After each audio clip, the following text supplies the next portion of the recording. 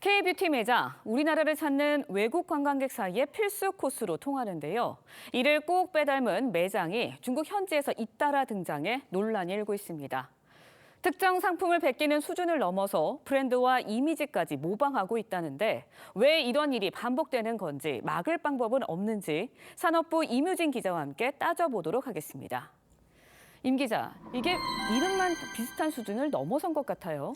네, 얼마나 비슷한지 일단 영상으로 비교해 보시죠.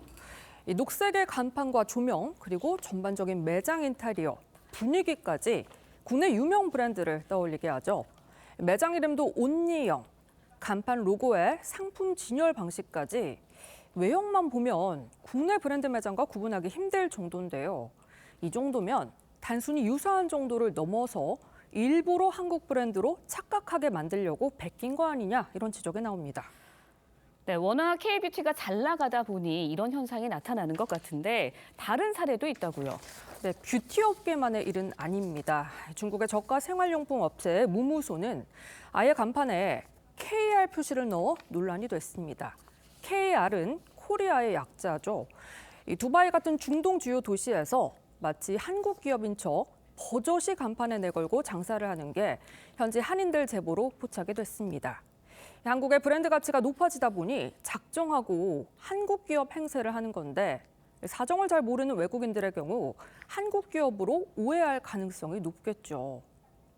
한류 콘텐츠가 세계인들에게 널리 주목을 받다 보니까 중국 기업에서 한국 기업인 양 한류를 악용한 그런 상황이라고 우리.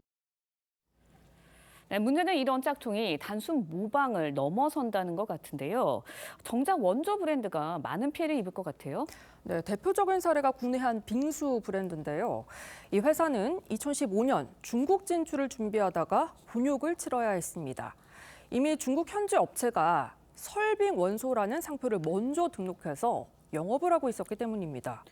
이름뿐만이 아니고요. 메뉴 구성, 직원 유니폼, 진동벨, 인테리어까지 거의 그대로 모방해서 영업을 해왔습니다. 그런데 정작 한국 회사가 중국에 진출하자 오히려 역으로 중국 당국에 신고하는 상황까지 벌어졌습니다. 한국 회사는 상표권 무효 심판 끝에 2022년에 승소하긴 했습니다만 그 사이 빙수 열풍은 식었고요. 라이선스 비용 등 약 10억 원의 손실을 떠안아야 했습니다. 네, 가짜가 진짜를 신고하는 상황, 참 납득하기 어려운 상황인 것 같은데 중국 업체들이 한국 상표를 표별하는 상황, 사실 어제 오늘의 일은 아니지 않습니까?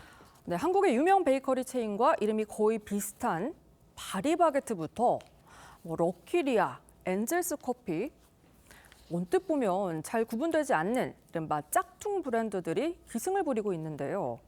우리 기업들의 상표권 무단 선점 피해는 5년 새 6배가량 늘어난 걸로 나타났습니다. 문제는 이런 베끼기를 기업 차원에서 대응하기 쉽지 않다는 건데요. 결국 정부 차원의 지식재산권 보호 노력이 필요하다는 목소리가 나오고 있습니다. 네, 우리 브랜드의 가치가 높아질수록 모방과 도용 사례 더 교묘해지고 있는데요. 정부 차원의 대책 시급해 보입니다. 임 기자 잘 들었습니다.